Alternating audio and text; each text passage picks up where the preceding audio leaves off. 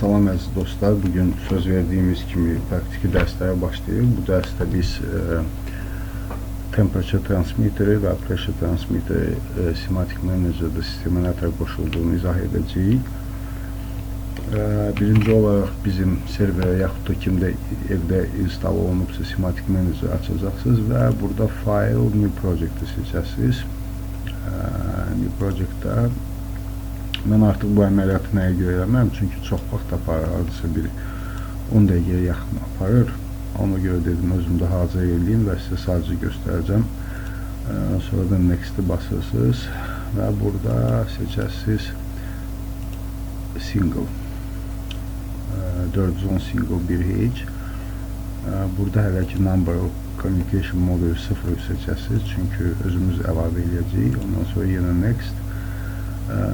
Plant hierarchinin level'ların 5 seçəcəyik. Bu barədə ayrıca danışacağım. Ayrıca teoretik dərsim olacaq və burada da PCS7 seçəsiniz və Next düyməsini basırsınız və artıq Finish basırsınız. Bir də proyektin adını çalışıb unikal seçin dərsə uyğun olaraq, çünki gələcəkdə hər hansı bir materialı təkrarlamaq istəsəz, yəni yenidən o proyektə qayıda bilərsiniz.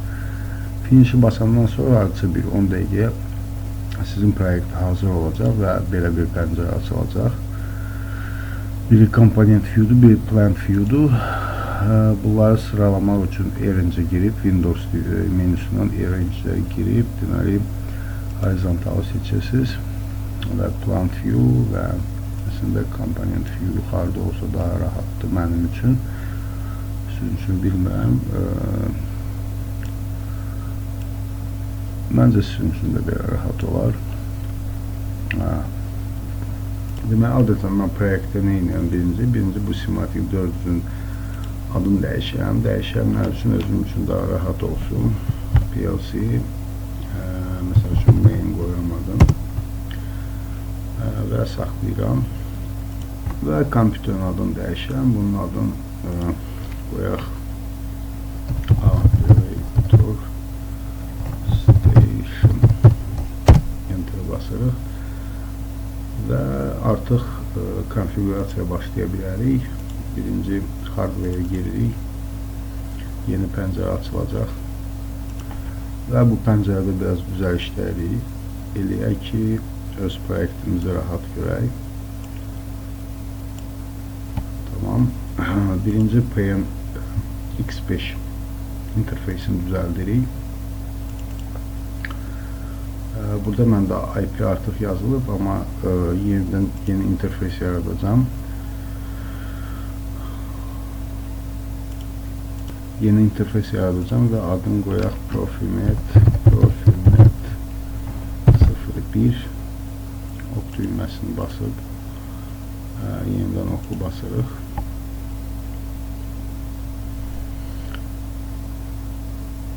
və yenə ok düyməsini basırıq. Burada yadınızdan çıxmayıbsa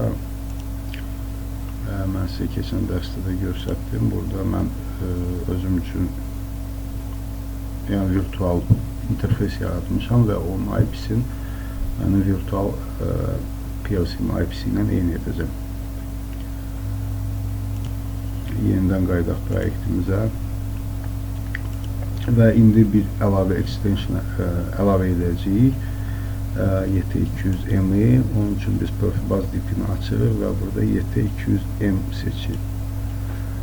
Deməli, YT200M və bunun içindən deməli bas interface modul bunu seçib əlavə edirik bizim şınanın üstünə, Profibus şınasının üstünə.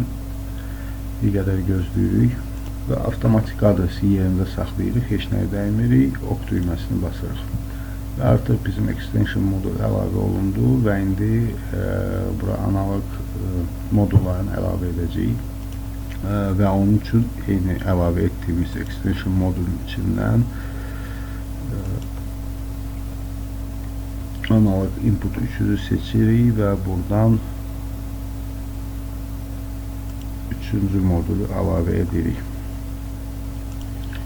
Və buradan dostlar deməli SM331i 8-12 bitli modülü seçip əlavə edirik və gördüyünüz modül artıq bizim bu extensiona oturdu.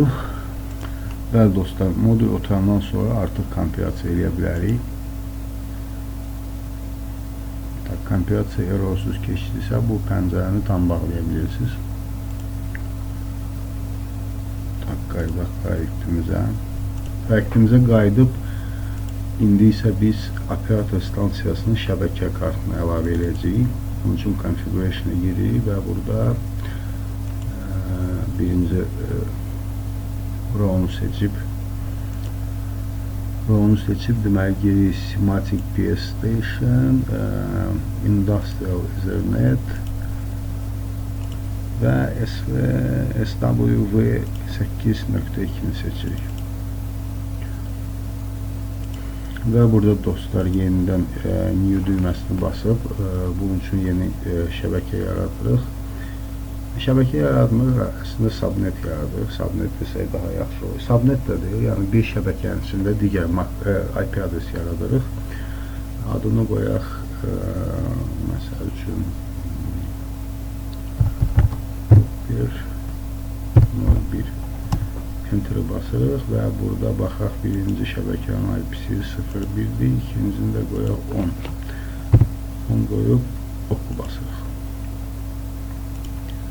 Bunu da kompilasiya yoxlayırıq ki, heç bir error çıxmasın.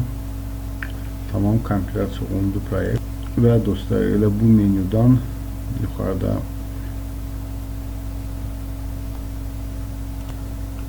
Net Pro konfigurasiya menüsünə, konfigurasiya pəncərəsinə gedirik.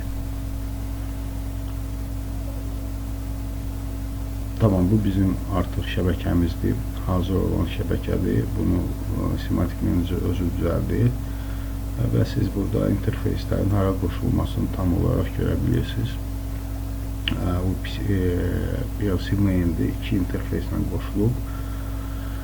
Və burada daha əlavə bir seçdiyimiz extension modül var.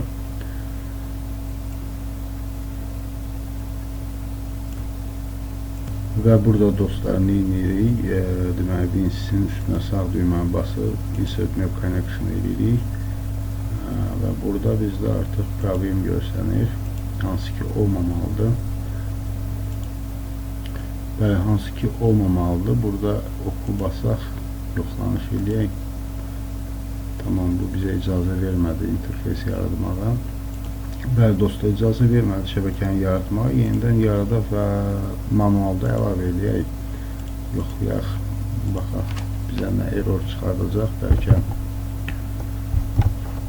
Bəlkə sizə də, sizdə artıq bu problem çıxmayıb. Bunu mən belə yoxlayacağım və bu proyekti troubleshoot eləməyə çalışacağım. Həm sizin üçün praktik olar, həm mən də bəzi məsələlərini yadıma salaram. 01 bizim PLC-nin IP-sidir. Ok düyməsini basırıq, close bastıq və burada çalışaq bunu kompilasiya eləyək. Compile and check everything ok düyməsini basırıq. Hələ ki problem çıxmadı. Amma bu doğrudan da problem olsa, yəni gələcəkdə özünü göstərəcək və biz WinStation'ı görməyəcəyik. Təxmini olaraq deyə bilərəm ki, problem şəbəkə kartına PLC-nin IP-sinin üst-üstə düşməməsidir.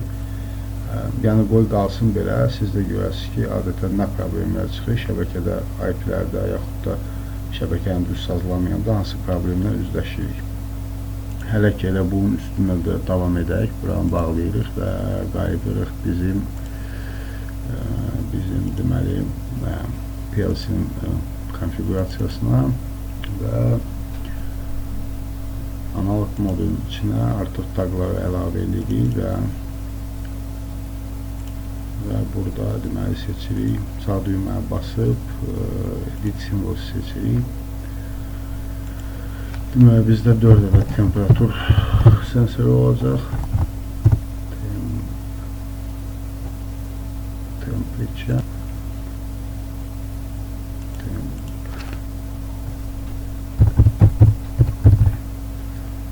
Temperaturi 1.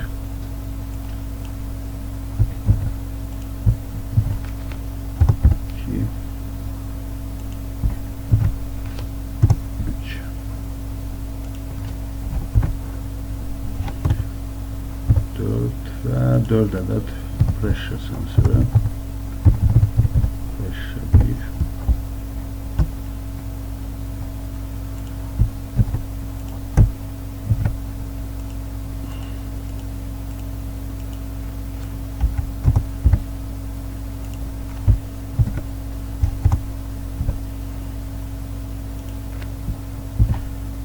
Fikir versəz, hər word parametri 2 byte tutur. Bizdə də var edinlər, word var idi, bir də byte var idi.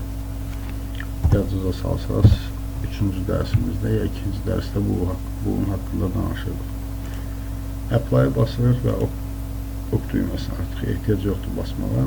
Close-u basırıq. Hə dostlar, bu hissə hazırdır. Bundan bu dərsi qutarmaq istəyirəm. Növbəti dərsdə biz artıq HMySQL-ni hazırlayacağıq. Çox sağ olun, təşəkkür edirəm. Sualınız olsa, yenində Taskova saytının üzərindən yaxud da birbaşa YouTube kanalımızda yaza bilərsiniz. Bir də yadımdan çıxmamış proyekti tam olaraq ayrıca save eləyə bilərsiniz. Bir də ki, studiyadan çıxanda gələn səfərdə proyekt avtomatik olaraq açılacaq və özü əslində auto-save'dədir.